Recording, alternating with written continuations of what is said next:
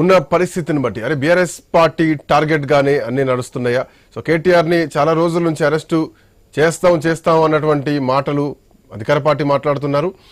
చేసుకోండి, వెళ్ళి లోపలికి వెళ్ళి మళ్ళీ బయటకు వస్తాం, మళ్ళీ పాదయాత్ర చేస్తా, ప్రజల్లోకి వెళ్తాం. సో ఒకవేళ చేస్తే బలమైనటువంటి ఒక శక్తిగా కేటీఆర్ బయటకు వస్తారా? సో అట్లాంటి వ్యక్తి ఈరోజు స్క్వాష్ పిటిషన్ కోసం వెళ్లాల్సినటువంటి అవసరాలు ఏమొస్తున్నాయి? ఒకవేళ వెళ్ళినా కానీ ఇక్కడ కేటీఆర్ నైతిక విజయం సాధించారు, ఈ కేసులో ఏమీ లేదు, అంత డొల్ల కేసు ఇది.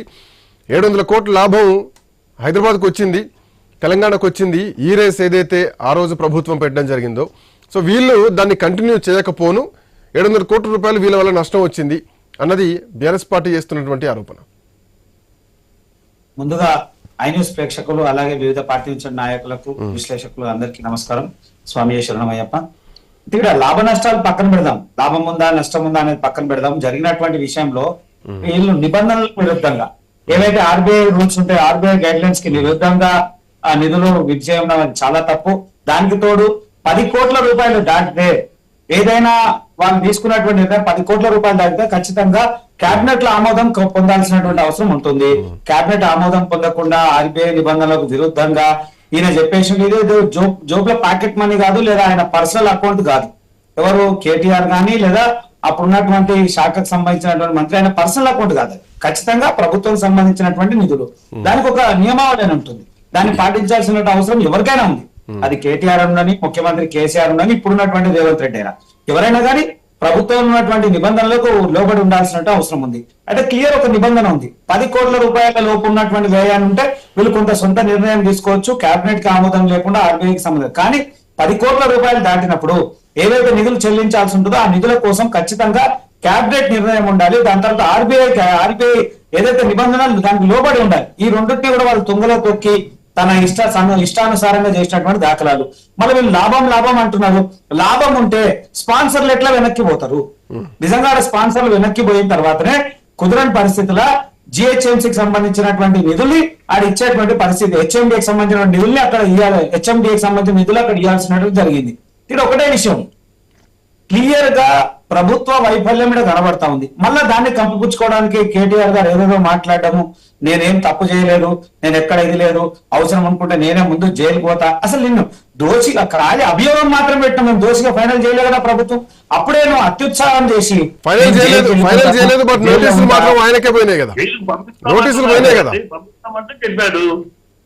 అయితే దాన్ని ఆయన ముందుగానే పసిగట్టి ఎందుకు అందరిని డిక్లేర్ చేస్తా ఉన్నాడు? ఏమని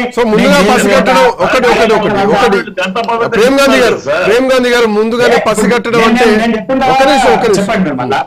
నేనేమంటున్నా అంటే ముందుగానే కేటీఆర్ దొంగ అనగానే ఆయన ఎందుకు భుజాలు తడుముకుంటున్నాడు? నిజంగా కూడా జరిగిందంటే అధికారులు ఏం జరిగింది ఏం సంగతి నేను విచారణకు సిద్ధమైతే అనాలి, కానీ విచారణే చేయొద్దు, ఈ కేసునే ఎత్తేయాలనేటువంటి ప్రయత్నం ఒకటి చేస్తా ఉన్నాడు. తర్వాత ఏమంటున్నాడు, చర్చిద్దామని ఓపెన్ అంటున్నాడు కదా సార్. అసెంబ్లీలో చర్చ అంశము వేరు. ఇక వీళ్ళు ప్రభుత్వం ఒక కేసును చేసినప్పుడు ప్రభుత్వం పిలిచేదానికి ఆయన కట్టుబడి ఉండాల్సిన అవసరం ఉంది కదా.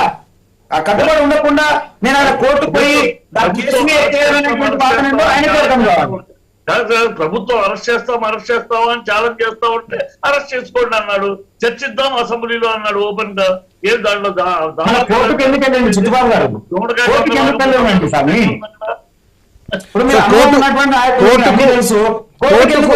ఒక నిమిషం, ప్రేమ్ గాంధీ గారు కోర్టుకు వెళ్తే కోర్టు ఏం చెప్పింది అది కూడా చెప్తారా?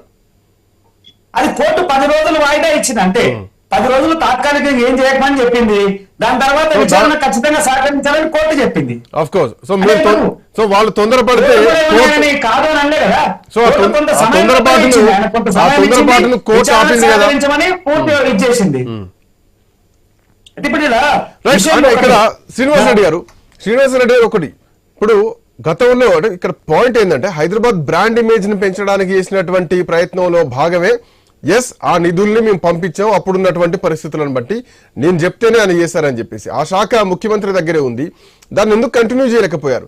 ఒకవేళ కంటిన్యూ చేసేది ఉంటే ఆ బ్రాండ్ ని మీరు కూడా కంటిన్యూ చేసే వాళ్ళే కదా, ఎందుకు మీరు దాన్ని పక్కన పెట్టారు? ఒక హైదరాబాద్ బ్రాండ్ ని నేను ఒక ఆన్సర్ చిన్న క్వశ్చన్ హైదరాబాద్ ఇలా డ్యామేజ్ అయ్యే పరిస్థితి వచ్చింది. ఆయన చేసుకున్నటువంటి ట్రైపార్టీ అగ్రిమెంట్ కూడా నేను ఒక ప్రాక్టీసింగ్ అడ్వకేట్ గా చాలా స్పష్టంగా తెలియజేస్తున్నా. ఆయన చేసిన అగ్రిమెంట్ వల్ల ఫార్ములా ఈ ఆపరేషన్ అనే బ్రిటన్ సంస్థ లండన్ ఆర్బిట్రేషన్ కోర్టులో 1000 కోట్ల రూపాయలు మన ఇండియన్ రూపీస్ దాదాపు 1000 కోట్ల రూపాయల నష్టానికి కూడా కేసు ఫైల్ చేసింది సూట్ అక్కడ. ఇక్కడ వీళ్ళు అగ్రిమెంట్ చేసుకునేటప్పుడు కూడా జరిగిందేమో ఇక్కడ లండన్ కోర్టు పెట్టుకున్నారు. చూడండి మీరు ఇక్కడ లండన్ కోర్టు పెట్టుకోవడం, లండన్ కోర్టు పోవాలంటే అక్కడ ఒక లాయర్ పెట్టుకుంటే ₹1 కోట్ల ఛార్జ్ చేస్తారు. ఎందుకంటే డాలర్స్ కదా, మనం ఎవరైనా పోవాలన్నా కూడా అదే ఖర్చులు వస్తూ ఉంటాయి. సో అసలు ఏం కాకముందే దీన్ని ఆర్బిట్రేషన్ దూరం పెట్టుకొని లీగల్ కూడా లిటిగేషన్ పెట్టుకొని కావాలని మనం దాన్ని ఏ పరిష్కారం చేయకుండా చేశారు. మనం ఎప్పుడైతే ప్రాథమికంగా ఏసీబీ కోర్టు ఎఫ్ఐఆర్ చేసిందో ఎమ్మటే ఫార్ములా ఆపరేషన్ సంస్థ ఆటోమేటిక్ గా అక్కడ లండన్ లో ఆర్బిట్రేషన్ కోర్టులో కేసు విత్డ్రా తీసుకుంది. అంటే దాదాపు 1000 కోట్ల రూపాయలు తెలంగాణ ప్రభుత్వానికి, తెలంగాణ రాష్ట్రానికి వచ్చే నష్టం అక్కడే ఆగిపోయింది. ఈయన హైదరాబాద్ బ్రాండ్ ఇమేజ్ చేసే పేరుతోటి ఆయన వ్యక్తిగత బ్రాండ్ పెంచుకునే పనిలో కేటీఆర్ గారు ఉన్నారు. కేటీఆర్ గారైనా ఫ్యాషన్ అఫీషియల్ అనిపించుకునే ఉద్దేశంతో పెట్టారు ఆయన. ఎందుకంటే దానికి మీరు చెప్పే వర్షన్ లో, ప్రభుత్వం చెప్పే వర్షన్ లో 55 కోట్ల రూపాయల వర్షనే మాట్లాడుతున్నారు తప్ప ఈ లండన్ సంబంధించినటువంటి అంశాన్ని, ఈ 1000 కోట్ల అంశాన్ని ఎందుకు తెలంగాణలో ప్రస్తావించట్లేదు? చెప్తున్నారు కదా సార్, నేను ప్రజానికానికి లైవ్ లో చెప్తున్నాను కదా, ఐన్యూస్ ప్రజానికి అందరూ చూస్తున్నారు కదా. ఇప్పుడు ఇంత లాస్ వచ్చేది, నేను ఒక అడ్వకేట్ కాబట్టి డీటెయిల్ గా చెప్తున్నా. నేను జనరలైజ్ చేసి కాకుండా, ఎందుకంటే లీగల్ కొన్ని అంశాలు లేకుండా కూడా చెప్పాల్సిన బాధ్యత నా మీద ఉంది కదా. ఒక అధికార ప్రతినిధితో పాటు అడ్వకేట్ కాబట్టి చెప్తున్నాను. ఇప్పుడు జనరలైజ్ చేసి చెప్పడం, ఇప్పుడు చిట్టుబాబు గారు ఊరికన్నా ఎలిగేషన్ చెప్పారు, అసెంబ్లీలో ఎందుకు మాట్లాడారని దానికి చెప్పారు, అట్లా కాదు కదా. అసెంబ్లీలో ఎందుకంటే చర్చ వచ్చిన కూడా పెడతారు. అంటే ఒక్కటి శ్రీనివాస్ రెడ్డి గారు చిట్టుబాబు గారు ఏమన్నారు, అసెంబ్లీలో ఎందుకు పెట్టట్లేదు వీడియోస్ గురించి అంటున్నారు. అసెంబ్లీలో చెప్పరు దాని గురించి, కేసు అయిన అడిగి చెప్పరు. మీరు దయచేసి వినండి, ఆయన ఆ కేసులో ముద్ద ఇక అప్పుడు చెప్పరు దాని గురించి. ముద్ద ఏదైతే చెప్తారండి, అది బయట నడిచేది, అది వ్యవహారం. అక్కడ బయట ఆయన ఇప్పుడు నేను నా మీద కేసు అయితే పోలీసు స్టేషన్ పోతే నేను నిల్చోవాలి తప్ప లాయర్ అని చెప్పి కూర్చోకూడదు అక్కడ, ఎందుకంటే అప్పుడు నేను ముద్ద ఆయన అక్కడ. సో ఇక్కడ జరిగింది కూడా అదే. కేటీఆర్ గారి మీద ఆల్రెడీ ఎఫ్ఐఆర్ ఇష్యూ అయిన తర్వాత ఏసీబీలో ఆయన ఈవెన్ ముద్దాయికి వచ్చిన తర్వాత చర్చ పెట్టడం ఎట్లా సాధ్యపడుతుంది? ఒక్క నిమిషం కోటేశ్వరరావు గారు,